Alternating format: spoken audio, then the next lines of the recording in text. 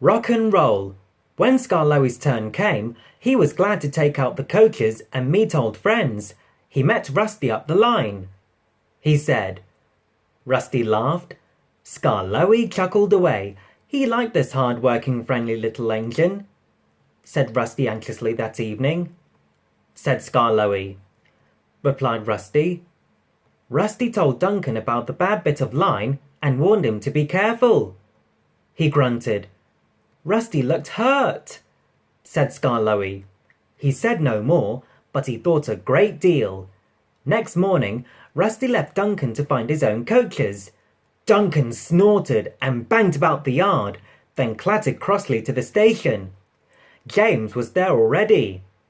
He snapped, said Duncan. Sympathized James. Duncan gazed at him admiringly. He didn't know that James was boastful and sometimes didn't tell the truth. Snorted Duncan. He climbed the first hill furiously, encouraged his driver. They were soon near the first station. Duncan was pleased. He chortled and he swaggered along doing his rock and roll. His driver tried to check him, but too late. There was a tearing, cracking, crunching sound and Duncan stopped bumpily. He exclaimed. And he was, said Rusty crossly. Mr. Hugh kept turning Rusty's handle.